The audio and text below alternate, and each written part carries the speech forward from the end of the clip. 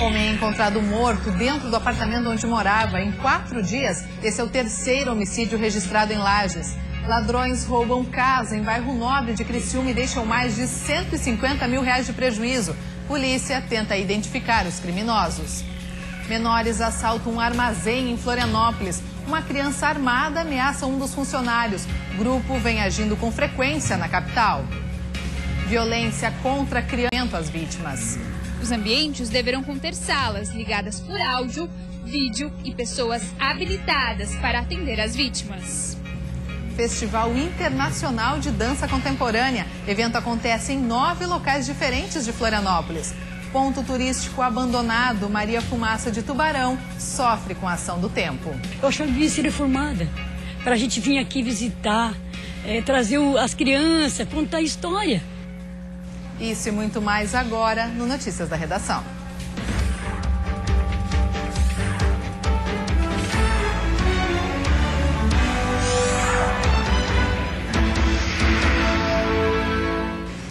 Olá, boa tarde. Mais um caso de homicídio foi registrado na cidade de Lages, no Planalto Serrano. Um homem foi encontrado morto dentro de casa. Com esse, já são pelo menos 3 crimes registrados em 4 dias na cidade. Foi nesta kitnet onde Manuel Marcelo da Silva, de 43 anos, morava sozinho, que o corpo dele foi encontrado pelo filho de Dona Maria, que era vizinha do homem. A aposentada conta que durante todo o dia de ontem, eles estranharam a ausência do amigo. Eu estava no sítio, quando cheguemos aqui a porta já estava aberta. E continuou, daí ontem o dia inteiro, de tarde que meu filho e outro vizinho ali foram lá, subiram numa escada e abriram a porta. E entraram lá dentro para ver, ele estava morto lá dentro. Ninguém viu nada. Pois se viram, não conto, né? Segundo o delegado, Manuel foi localizado por volta das 6 horas da tarde desta segunda-feira, com várias perfurações pelo corpo. A suspeita é que ele tenha sido assassinado com golpes de faca. Havia perfurações por algum objeto pérfuro cortante, acredita-se que uma faca que até então não tinha sido encontrada, né? E agora as investigações ficam a cargo da DIC. Ao todo, 3 homicídios foram registrados desde o último sábado aqui em Lages pela polícia. Em um deles, um sobrinho é acusado de matar a própria tia. Ele foi preso e confessou o crime. Já os outros 2 homicídios ainda estão sendo investigados pela polícia. No domingo, o oficial de justiça Fernandes Mário Zanotto, de 52 anos, foi encontrado morto com cerca de 13 golpes de faca. O quarto do oficial estava revirado. Segundo a delegada, uma televisão foi encontrada no carro da vítima, que estava com a porta aberta na garagem. Testemunhas estão sendo ouvidas na Delegacia de Investigação Criminal. A cena do crime, ela nos traz para uma cena de latrocínio. Mas a gente não descarta nenhuma hipótese. A do próprio homicídio, isso tudo vai ser averiguado no decorrer das investigações. Um incêndio assustou funcionários de uma empresa e moradores de um bairro em Jaraguá do Sul na tarde de ontem. A fumaça escura chamou a atenção de quem passava próximo à empresa de máquinas e equipamentos.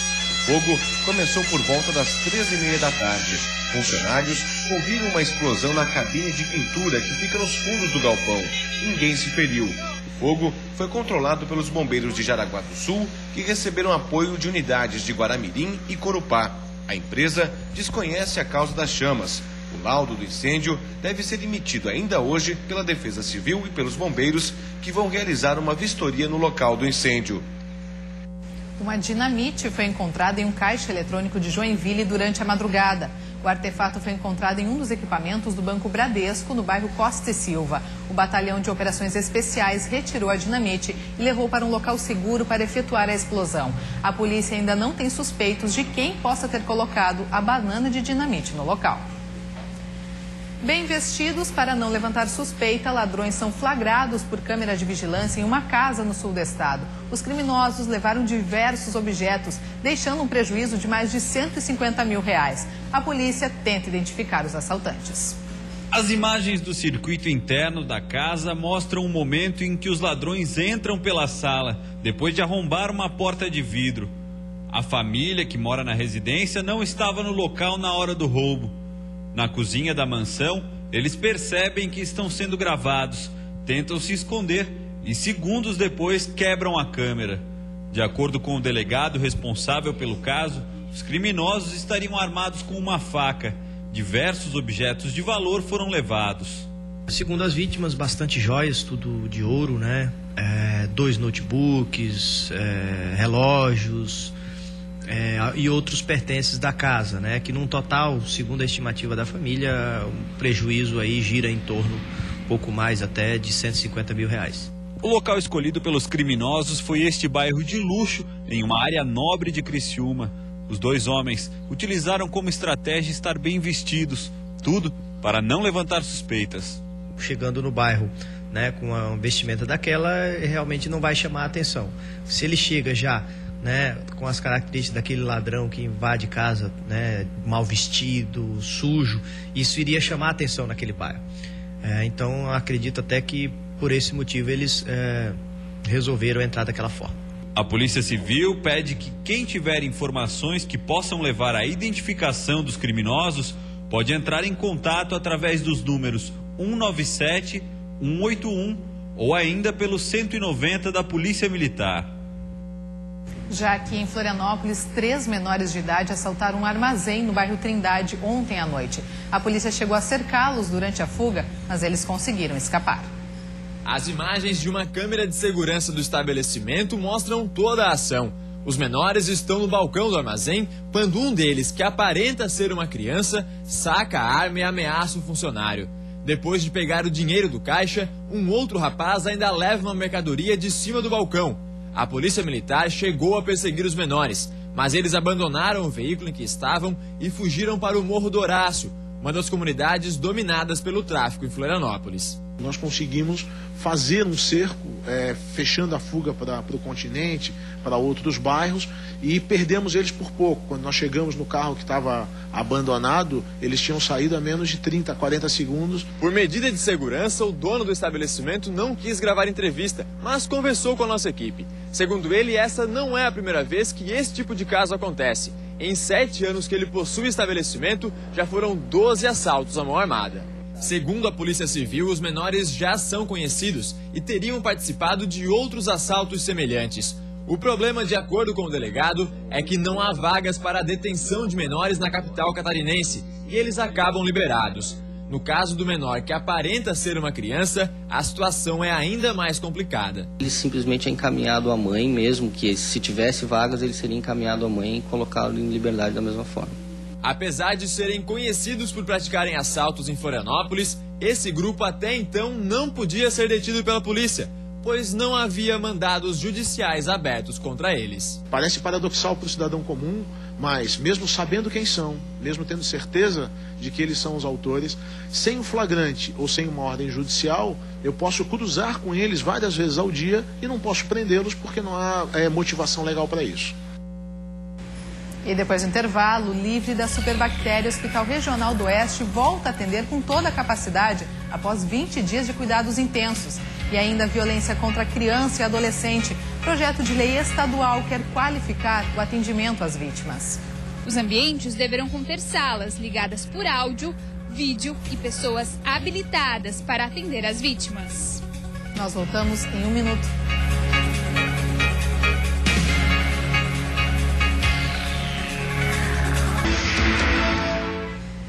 Estamos de volta com notícias da redação, agora 1h15. Vamos dar uma olhadinha no trânsito da capital. Nas pontes que fazem a ligação ilha-continente, trânsito bastante tranquilo nos 2 sentidos, tanto para quem segue em direção à ilha, quanto para quem segue em direção ao continente. Neste momento, 22 graus em Florianópolis.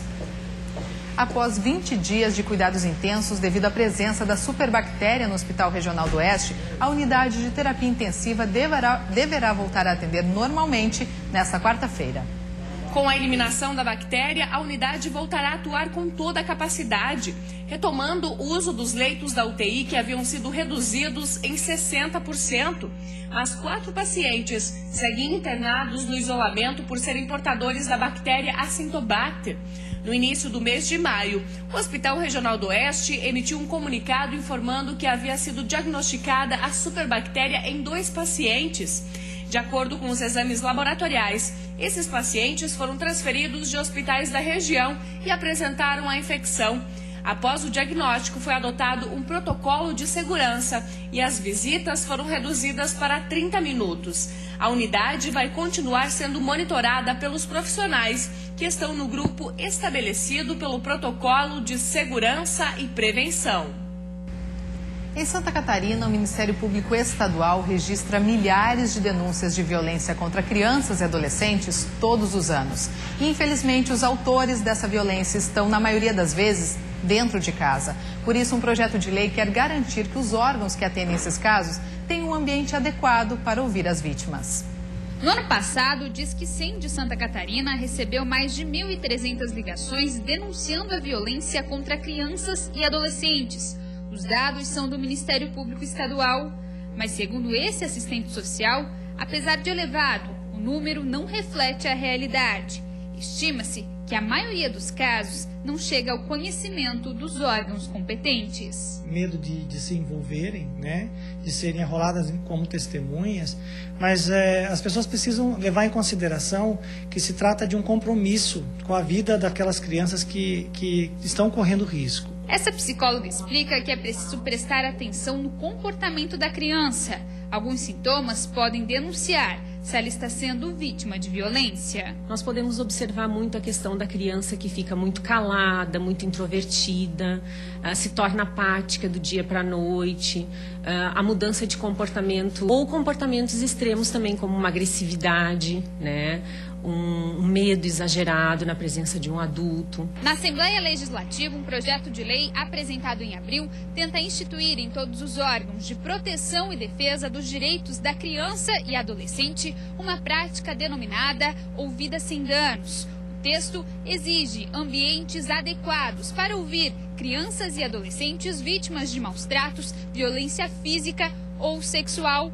Os ambientes deverão conter salas ligadas por áudio, vídeo e pessoas habilitadas para atender as vítimas. Um levantamento baseado em informações fornecidas pelos conselhos tutelares de todo o país revela que 80% das ocorrências de maus tratos, agressões, abandono e abuso sexual registrados nos últimos 5 anos são os próprios pais dos autores.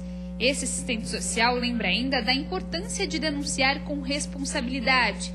Dados levantados na região de Lages mostram que 90% das ligações feitas ao Disque Denúncia são trotes. Você acaba deslocando uma equipe, você tem um custo para ir procurar a denúncia e você, ao mesmo tempo que você fica contente de não ser verdadeira aquele fato, mas você tem a preocupação que poderia estar atendendo uma situação verdadeira. Para denunciar a violência contra crianças e adolescentes, basta ligar no Disque 100 ou procurar o Conselho Tutelar ou a Secretaria de Assistência Social na sua cidade. Uma boa notícia para os agricultores. O novo Plano Safra, lançado pelo Ministério da Agricultura, Pecuária e Abastecimento, vai disponibilizar um valor recorde para financiamento de custeio e comercialização. Serão mais de 156 bilhões de reais para auxiliar os produtores. O objetivo é, com o novo Plano Safra, alcançar 200 milhões de toneladas de grãos na safra 2014 e 2015.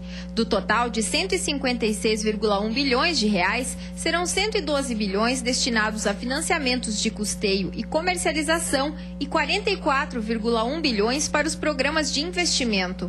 De acordo com o presidente do Sindicato dos Trabalhadores Rurais de Joaçaba, este é o maior volume dos produtores rurais da região façam a adesão de algum benefício do plano. Investir com recursos próprios é um pouco difícil, porque a lucratividade também é muito baixa do produtor. Então, ele recorre ao banco, essas linhas de créditos, o juro compensa, porque é um juro de 5% a 6,5% também, né? E eu vejo assim que é um grande programa para incentivar o nosso produtor rural a permanecer na agricultura. Para os pecuaristas, serão destinados valores para aquisição de animais para engorda em regime de confinamento e retenção de matrizes com o intuito de aumentar a oferta de carne. Haverá ainda o incentivo para inovação tecnológica na propriedade, visando compra de equipamentos e revitalização de frota. O plano começa a valer no dia 1º de julho deste ano e vai até o dia 30 de junho de 2015. E a seguir, Festival Internacional de Dança Contemporânea. O evento acontece em 9 locais diferentes de Florianópolis. E ainda, ponto turístico abandonado, Maria Fumaça de Tubarão sofre com a ação do tempo. Eu acho que devia ser reformada, para a gente vir aqui visitar, trazer as crianças, contar a história. Depois do intervalo, nós voltamos já já.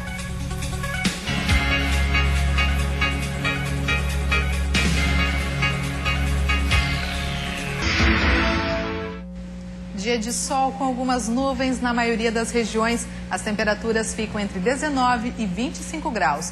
Confira no mapa os detalhes da previsão do tempo para esta tarde. Na Serra, dia ensolarado e com temperatura máxima de 19 graus. Na região norte, o sol aparece entre nuvens durante a tarde e à noite pode chover, máxima de 25. No oeste, o sol predomina e a temperatura chega aos 24 graus. No Vale do Itajaí, sol entre nuvens e máxima de 22. No sul do estado, pode fazer até 23 graus. Durante a tarde, sol com nuvens e à noite a chance de chuva. Assim como na Grande Florianópolis, onde também faz máxima de 25 graus e o sol aparece entre nuvens. Pode chover no fim do dia. Começa hoje aqui em Florianópolis o 7º Múltipla Dança, Festival Internacional de Dança Contemporânea. O evento acontecerá em 9 locais diferentes com programação para adultos e crianças e promete movimentar a cidade até o próximo domingo.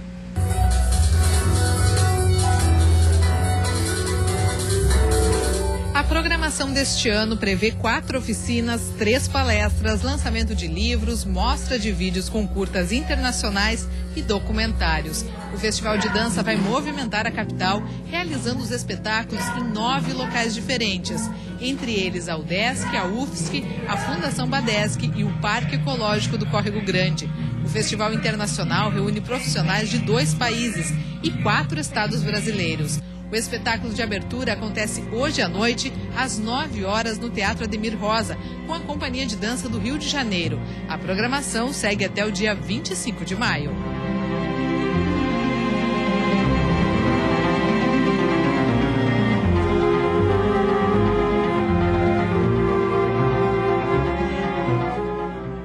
No passado, os trens eram um dos meios de transporte mais utilizados no sul do estado, principalmente para o transporte do carvão.